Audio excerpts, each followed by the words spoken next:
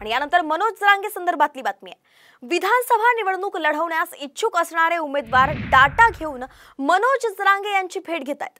20 August ते 27 August दरम्यान कोणती समीकरणं जुळतात ते बघणार आहोत असं जरांगेंनी आता स्पष्ट केलंय। आमचे प्रतिनिधी अक्षय शिंदे यांनी जरांगेंशी संवाद साधलाय, पाहूयात।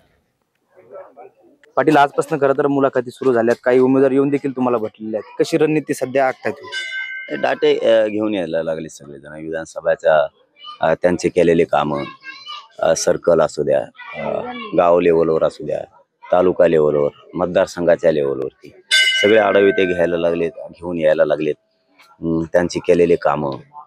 कारण उमेदवार म्हणल्याच्या नंतर सगळ्या जाती धर्माला काम करणारा माणूस असला पाहिजे। कारण 14 ते 20 आपण आढावा घेतोय सगळा मतदारसंघातला। सगळ्या जाती धर्माचे लोक राज्यातले जेवढे मतदारसंघ आहेत त्यातले येतील, ज्यांना यायचं ते आढावा घेणार आहेत। आणि 20 ते 27 कोणते समीकरण जुळतात, कोणत्या जाती धर्माचे लोक, त्यांचे असणारे सामाजिक नेते सगळ्या जाती, काही जाती धर्मामध्ये गुरु येतं, काही मध्ये धर्मगुरू येतं, असे कोणाकोणाचे समीकरण जुळतात हेही 20 ते 27 आपण बघणार आहे।